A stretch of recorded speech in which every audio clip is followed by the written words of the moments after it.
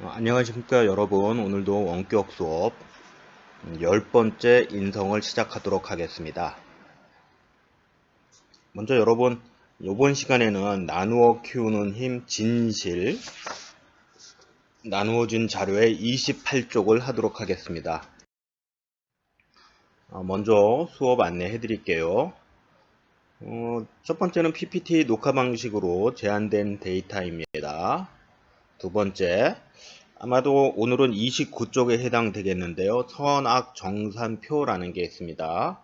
이러한 자료를 잘 작성해 주시기 바랍니다. 진실한 생각을 담아 잘 작성해 주시기 바랍니다.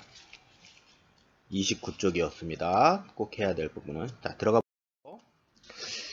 여러분, 우리는 살아가면서 실수, 잘못을 합니다. 이럴 때 우리는 어떻게 해야 될까요? 선생님도 잘못을 했을 경우에 고민이 됩니다. 첫 번째, 눈치를 살펴서 감출 수 있으면 감춘다. 뭐 살아가면서 이런 일이 있을 수 있습니다. 그죠? 아니다. 언제든 드러날 일이니, 즉 밝혀질 것이니 사실을 있는 그대로 말한다. 누군가 상대자가 있으면 있는 그대로 말하는 게 좋겠죠. 내가 실수했을 때 그 피해를 본 상대자가 있다면 2번 방법이 제일 좋습니다. 언제 드러날 것이기 때문에 있는 그대로 말해본다. 세 번째, 가장 참 답답하기도 한데 그냥 걱정만 한다. 뭐 감추거나 드러내거나 뭐 걱정만 한다. 뭐 다 비슷한 것 같지만 사실은 나 개인에게 관련된 것이라면 나 혼자만의 실수라면 사과할 일이 없지만 상대방이 있다면 언젠가 그 사람이 알게 되겠죠. 물론 뭐 모를 수도 있겠다는 믿음을 가지고 끝까지 감추는 사람도 있습니다. 진짜 나쁜 건가 봐요. 하지만 우리는 상대방이 있다면 그 사람에게 진실하게 이야기하는 게 가장 지혜로운 방법이 아닌가 생각합니다. 진실하게 얘기했을 때 상대방은 어떻게 받아들일까요? 여러분들을 이해할 수 있는 출발점에 서게 되는 겁니다. 내가 진실을 이야기하면 누군가는 그 진실을 바탕으로 나를 이해하기 위해서 노력을 합니다. 도와주려고 하는 거죠. 계속해서 보겠습니다. 자, 오늘 우리는 잘못을 하였거든 들춰지기 전에 드러내라. 남이 추궁해서 마치 죄인처럼 이야기하지 말고 제가 이러이러한 일은 이렇게 했는데 그때 제 생각이 짧았던 것 같습니다. 또 이렇게 되리라고는 생각하지 못했습니다. 피해보신 분들 죄송합니다. 이렇게 이야기를 하라는 거예요. 왜 그럴까요? 한번 볼까요? 오늘도 옛 이야기 들어가 봅니다. 잘못을 하였거든 들추어지기 전에 드러내라. 어떤 남자와 아내와 함께 처가에 갔습니다. 마침 처가에서는 방아를 찍고 있었는데요. 방아가 뭔지 아세요, 여러분? 쌀 껍데기가 있거든요, 원래. 쌀의 껍데기를 벗기는 것을 이제 방아라고 해요. 방아를 찍고 있었는데 이 남자가 그 모습을 지켜보다가, 즉 벗겨진 쌀을 본 거죠. 쌀에 껍데기가 있는데 그 껍데기를 벗긴, 그럼 몰래 쌀 한 점을 제 입안에 넣었습니다. 뭐 어렵고 힘든 시절이었으니까 뭐 이럴 수 있죠. 그런데 하필 그때 아내가 다가와서 남편에게 말을 건네며 의견을 물었습니다. 여보, 이런 건 어떻게 생각해요? 근데 이 남편은 말할 수 있을까요? 없죠. 입안에 무엇이 있죠? 입안에 가득 쌀을 물고 있던 남편은 대답을 하지 못했습니다. 괜히 입을 벌렸다가 걱정하는 거예요.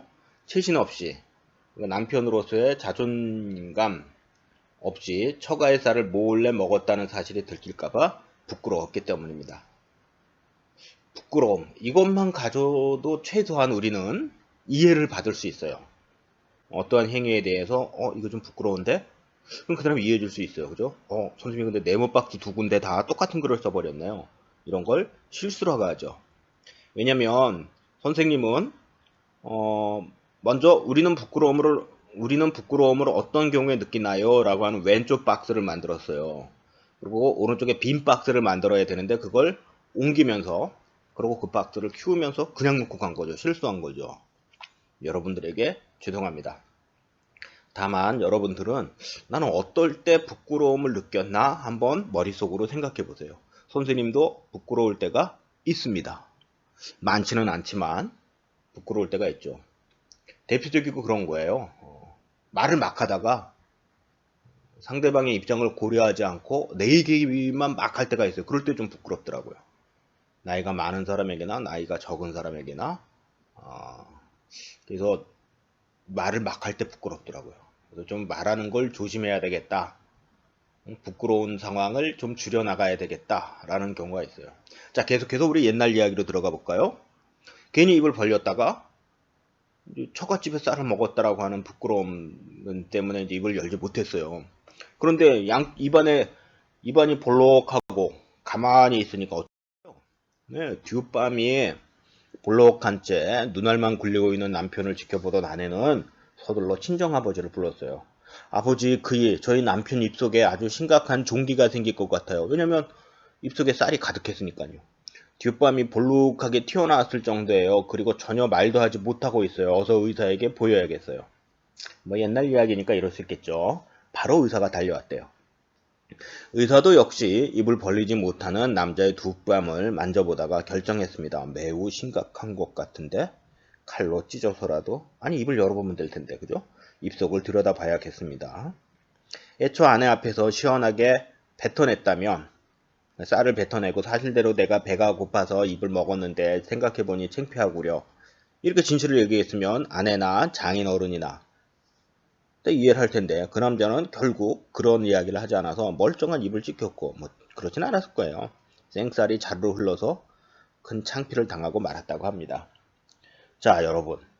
이게 진실을 이야기하면 돼요. 숨기려고 애쓰다 보니까 일이 더 커지는 경우가 우리 주변에 많이 있어요. 어른들도 마찬가지고요. 그죠? 여러분들도 친구가 감정이 상했다며 내가 이래서 이렇게 했는데 네가 아픔 보고 힘들었나 보다 미안하다라고 얘기를 하고 내가 어떻게 해야 될까라고 그러니까 나의 생각을 바꾸어서 다가서면 진심이 드러날 겁니다. 여러분 그죠? 근데 내 생각은 틀림이 없어. 내 것만이 맞아. 그리고 상대방을 바라보면 어떻게 되죠? 넌 나와는 달라라는 이야기하는 것과 똑같아요. 계속해서 볼게요, 여러분. 자, 이 남편의 어리석은 모습은 무엇일까요? 여러분, 선생님의 오늘 이야기는 사실은 있는 그대로, 그래도가 아니구나. 있는 그대로, 레가 아니라 그대로. 또 실수가 나왔네요. 죄송해요. 드러내야 합니다. 우리는 모두가 있는 그대로의 사실을 드러내었을 때 이해할 수가 있어요. 감추면 이해 못해요. 선생님도 그래요. 우리 반 학생들이 누구나 실수할 수 있어요. 우리 학교 학생들이 누구나 실수할 수 있어요. 그죠? 근데 그 실수를 있는 그대로 드러내서 이야기해주면 선생님은 그 친구 편에서 도와주려고 애를 쓰는데 그걸 감추면 담임 선생님은 도와줄 일이 없는 거죠. 그러니까 여러분들도 실수를 할 경우 있는 그대로 드러내면 누군가 이를 이해하는 마음으로 다가설 것입니다. 그리고 내가 가진 걱정은 조금 줄어들죠. 왜냐하면 도움을 받을 수 있을까요? 그때부터 어떻게 하면 될까라는 고민이 시작되는 겁니다. 그러니까 어떠한 문제가 있을 때 그것을 해결하는 방법의 첫 번째는 사실이고 그 사실을 알았을 때 해결을 최선에 가까운 해결을 하기 위해서 우리는 어떻게 할 수 있는 방법을 이야기할 수도 있고 나눌 수도 있고 만들어갈 수 있는 거예요. 그래서 이제 잘못을 하였거든 남이 들추기 전에 먼저 드러내어서 있는 그대로 사실을 부정하지 않고 서로 인정하는 것이 지혜로운 것이라고 선생님은 생각을 합니다. 이는 수많은 지식 가운데 공통으로 들려놓는 세상 잘 살아가는 방법이기도 할 것입니다. 진실을 이야기하는 것이죠. 그죠? 친구가 진실을 이야기하면 나도 진실되게 다가서야 되는 거거든요, 여러분. 그죠? 그러나 진실을 이야기하는 것 우리가 몇 시간 수업을 통해서 봤지만 쉽지는 않아요. 그죠? 그리고 외르겐 슈미노의 이야기처럼 40일 동안 진실을 말하고자 한 그 사람의 어려움을 보면 진실 말하는 거 쉽지 않아요. 우리 교과서 16쪽쯤인 것 같아요. 그죠? 거짓말 않겠다는 다짐은 솔직하게 말하겠다는 의지다. 그래서 독일 기자 위르겐 스미드의 이야기 우리는 알죠. 자, 계속해서 보겠습니다. 함께 구분을 했으면 좋겠어요. 선생님은 악과 죄. 악은 결론적으로 말씀을 드리면 죄가 총합으로 모여져 있는 거예요. 사회 악 그러지 사회 죄 그러지 않아요. 그러니까 공동체가 크게 잘못돼서 그것을 바꿔야 되고 문제가 있는 건 그걸 악이라고 그래요. 그런데 죄는 사회가 죄를 지었다 그러지 않아요. 그죠? 개인이 죄를 지었다 그래서 개인적인 측면에 있어요. 그래서 이걸 읽어보면 죄의 역사 존 폰트만이 지은 책 속에 나오는 이야기인데요. 사람이 일생을 살면서 오직 선하고 올바른 일만은 할 수는 없습니다. 맞아요. 선생님도 인간이기 때문에 항상 올바른 일만은 하지 못합니다. 그죠? 실수할 수 있죠. 누구나 잘못을 저지를 수 있고 실수할 수 있고 모두가 어떤 잘못을 저질렀고 과거에 저질렀고 저지르고 있으며 저지를 예정입니다. 그죠? 흔히 나쁜 짓, 흔히 악업이라고 하는 이는 이것은 옳지 못한 행위, 종종 죄라는 말과 혼용이 됩니다. 악과 죄. 그러니까 불교 속에서 악업중생이라는 말을 쓰기도 해요. 근데 우리 사회에서 이것을 또 죄 많은 중생이라고도 표현을 해요. 여기서 보세요. 악업중생. 중생은 공동체예요. 인간의 큰 무리. 중생. 근데 죄 많은 중생 할 때 이 중생은 개인이라고 보시면 돼요.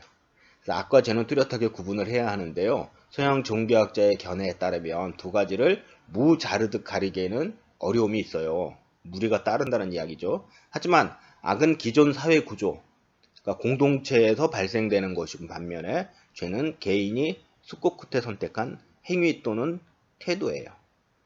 그러니까 개인한테는 죄라고 하고 악은 집단의 문제일 경우에 집단이 나쁜 짓을 해도 그걸 악이라고 하는 거죠.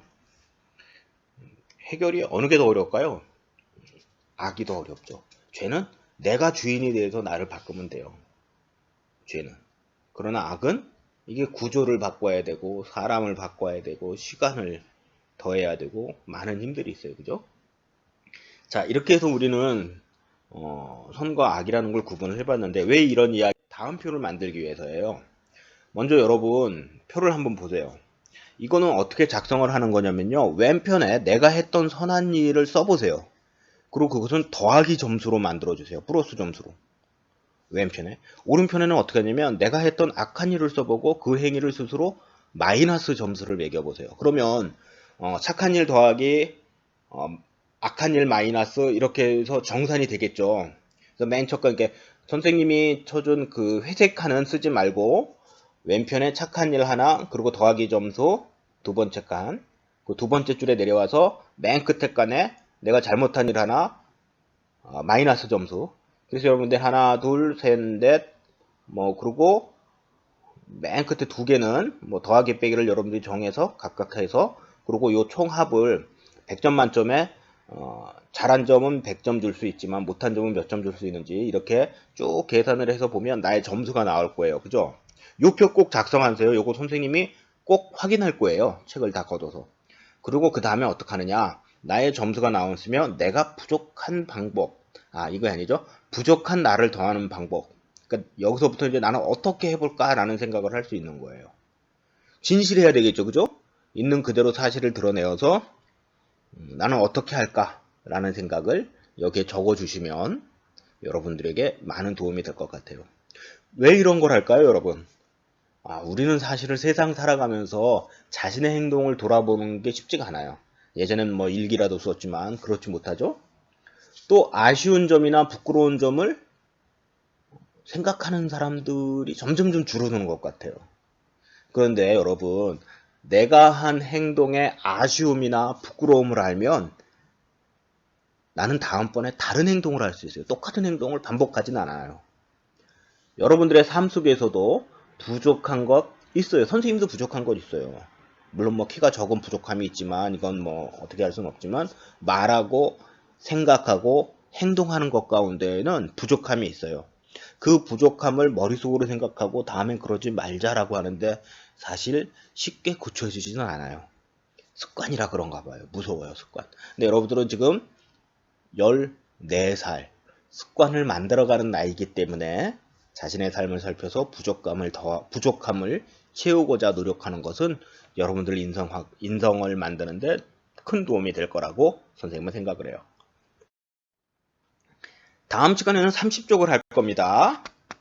이 영상은 중요하진 않지만 저작권법에 적용이 된다고 해요. 수고하셨고요. 다음 시간에 또 뵙도록 하겠습니다. 감사합니다. 수고하셨습니다.